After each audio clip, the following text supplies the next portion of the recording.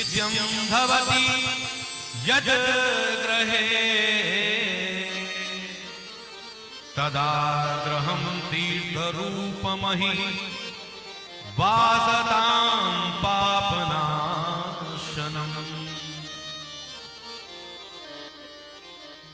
जा पर कृपा राम की होई, जा पर कृपा राम की होई, जा पर कृपा राम की होई, जा पर कृपा राम की होई, जा पर कृपा राम की होई, जा पर कृपा राम की होई, जा पर कृपा राम की होई, जा पर कृपा राम की होई, ता पर कृपा करे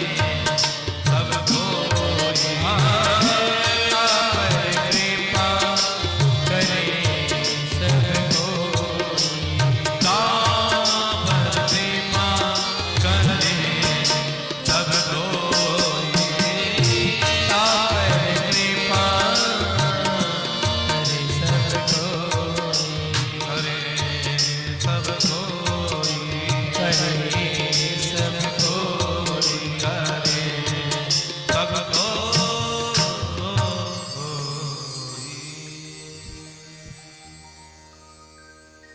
तो सुखदेव भगवान बता रहे हैं इतना पावन ग्रंथ है श्रीमद् भागवत।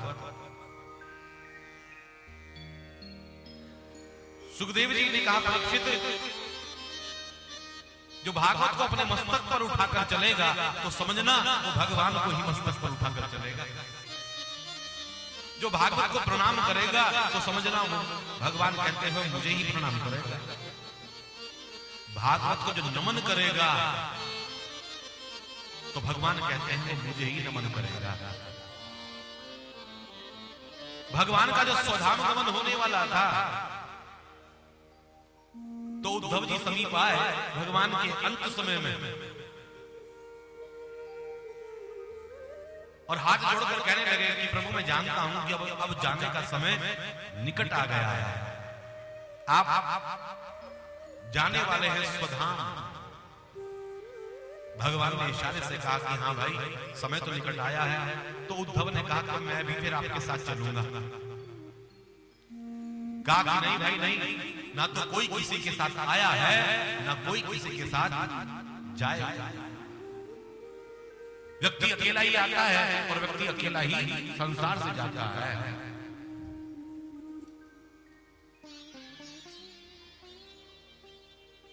तो मुझे आपकी कृपा कैसे प्राप्त होगी? उद्धव ने कहा आप तो स्वधाम चले जाओगे, लेकिन आज के बाद कोई आपका दर्शन करना चाहे तो वो कैसे करेगा? तो भगवान स्वयं अपनी वाणी से कहते हैं कि आज के बाद मुझे अगर कोई देखना चाहे तो मेरा अगला अवतार शब्दावतार हो रहा है। भागवत के शब्दों में मेरा वास हो रहा है।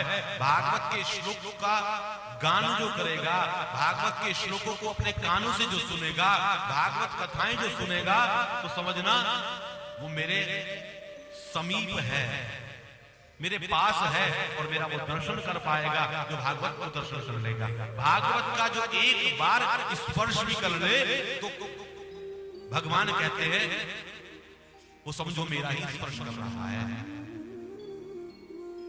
दिव्य उपदेश उद्धव को दिया था भगवान ने, बताया। सुखदेव जी बता रहे हैं, सुखदेव जी ने कहा कि भगवान का विवाह हुआ रुक्मणी के साथ, सविधि भगवान का विवाह हुआ।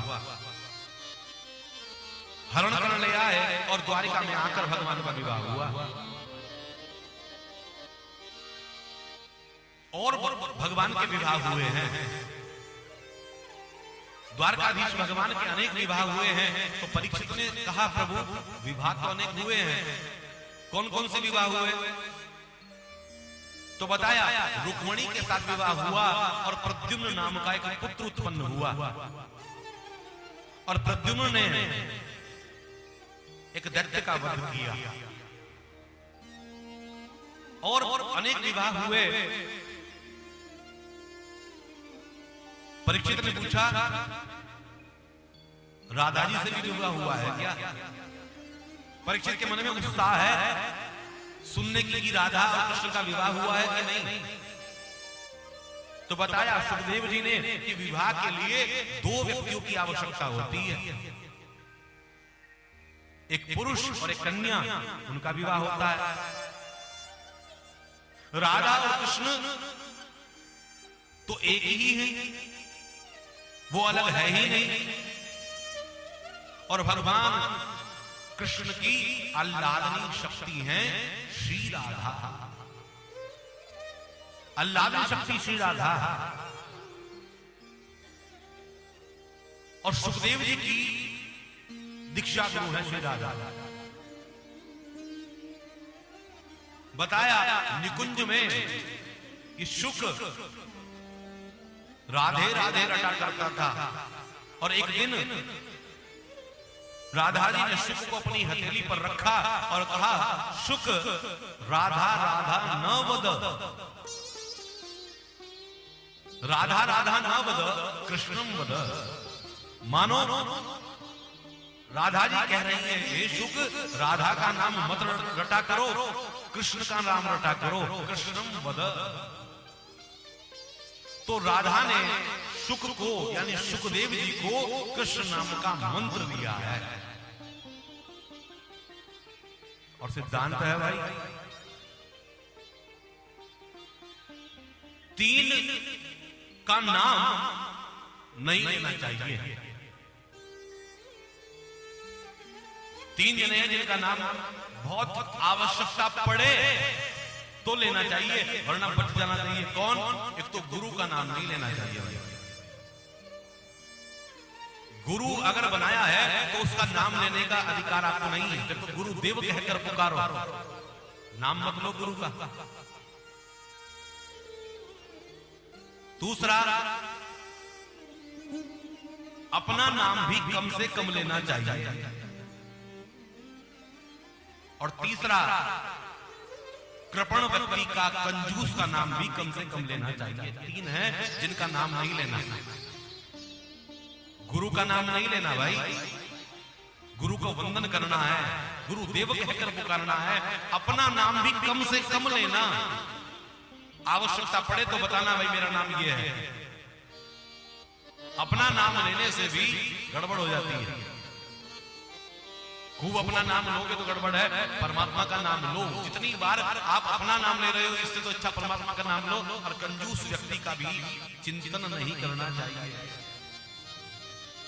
विज्ञान तो ये कहता है कि सुबह प्रातः काल उठते ही अपनी हथेलियों का दर्शन करें, भगवान का दर्शन करे। हथेली के अंदर लक्ष्मी का वास है, अपनी हथेली का दर्शन करे और अपनी हथेली फिर अपनी आंख पर, अपने मुंह पर घुमाए व्यक्ति और चिंतन करे भगवान का, नारायण का। और कम से कम 5 धनाढ्य व्यक्तियों का, जो आपकी नजर में धनाढ्य व्यक्ति हैं, जिनके पास लक्ष्मी की कृपा है और आप उन्हें जानते हैं, तो उनका अगर वो व्यक्ति उत्तम है, अच्छा है, तो सुबह सुबह ध्यान करो उसका। नारायण के ध्यान के बाद बढ़िया व्यक्ति का ध्यान करोगे तो लक्ष्मी जैसी लक्ष्मी की कृपा उसके जीवन में है, आपके जीवन में भी आएगी। अब आप चिंतन कर रहे हो कंजूस का को ढूंढते हो आप सुबह सुबह। आप कंजूस का ध्यान क्या करते हो? आपके मन की वृत्तियां बिगड़ने लगती हैं, तो बढ़िया आदमी का ध्यान करो सुबह सुबह। जैसे हमारी मौसी जी बता रही थी, कह रही थी मैं भगवान के साथ साथ शुक्र ताल में कथा सुनी इन्होंने हमारी, और मुझे सुनकर हंसी भी आई। कहा कि शुक्रताल में जब से कथा सुनी है, भगवान का ध्यान करती हूँ, सुखदेव जी का ध्यान करती हूँ, और बाद में मुझे तुम्हारा भी ध्यान आता है रोज। मैंने कहा नहीं नहीं, मैं इस योग्य नहीं हूं कि नहीं, मुझे लगता है कि जैसे व्यास गद्दी पर तुम बैठे हो, बस वही स्वरूप मेरे सामने रहता है। चलो व्यास गद्दी को तो प्रणाम है, व्यक्ति की पूजा नहीं होती भाई। कोई व्यक्ति महान नहीं होता। हाँ, व्यास गद्दी अपने आप में महान है। दो ही तो गद्दी हैं संसार में, राजगद्दी और व्यास गद्दी। राजगद्दी भी व्यास गद्दी को प्रणाम करती है, क्योंकि व्यास जी की गद्दी है। इस पर जो बैठता है वो व्यास स्वरूप बन जाता है। उसमें मेरी महिमा कुछ नहीं। किसी कथा, कोई कथावाचक ये कहे कि मेरी महिमा है, नहीं भाई, उसकी महिमा नहीं है, ये तो भगवान की महिमा है जो हमें यहाँ बैठा दिया। इस चौकी पर हम बैठे हैं, और चौकी पर जो बैठा होता है उसको क्या कहा जाता है? बताओ भाई, जो चौकी पर बैठता है उसको चौकीदार कहा जाता है, और जमीन पर जो बैठता है उसको जमींदार। तो जमींदार आप हैं और हम हैं चौकीदार। भगवान ने हमें नियुक्त किया है कि समाज में धर्म की स्थापना करने की जिम्मेदारी तुम लोगों की है। समाज में जन जन में जाकर, नगर नगर में जाकर सनातन धर्म की स्थापना करना, भगवान का कीर्तन गाना, इस जिम्मेदारी को हम निर्वाह कर रहे हैं। वरना सामर्थ्य नहीं है एक शब्द भी मुंह से निकल जाए। जब हम कथा नहीं करते, यानी 3 बजे से पहले घर में रहते हैं, जहां पर निवास है हमारा, वहां पर ऐसा लगता है कि आज गला थोड़ा बैठ रहा है, बोला नहीं जाएगा। कोई ठंडी चीज नहीं खाते, लेकिन फिर भी गला बैठा सा रहता है। लेकिन ना जाने भगवान की क्या कृपा है, इस व्यास गद्दी की कृपा है। यहां बैठते हैं तो अंदर से स्वर अपने आप उत्पन्न होने लगते हैं, अपने आप निकलने लगते हैं। ये भागवत की कृपा है, ये गुरुजनों की कृपा है, ये हमारे पिताश्री की कृपा है। माता जी कह रही थी ना कि हर समय घुमाते रहते हैं, भजन करते रहते हैं, तो इनके भजन का ही प्रताप है। इनके भजन के प्रताप से हमें बल मिलता रहता है। और प्रत्येक माँ बाप ऐसे ही होते हैं, इनसे बड़ा बल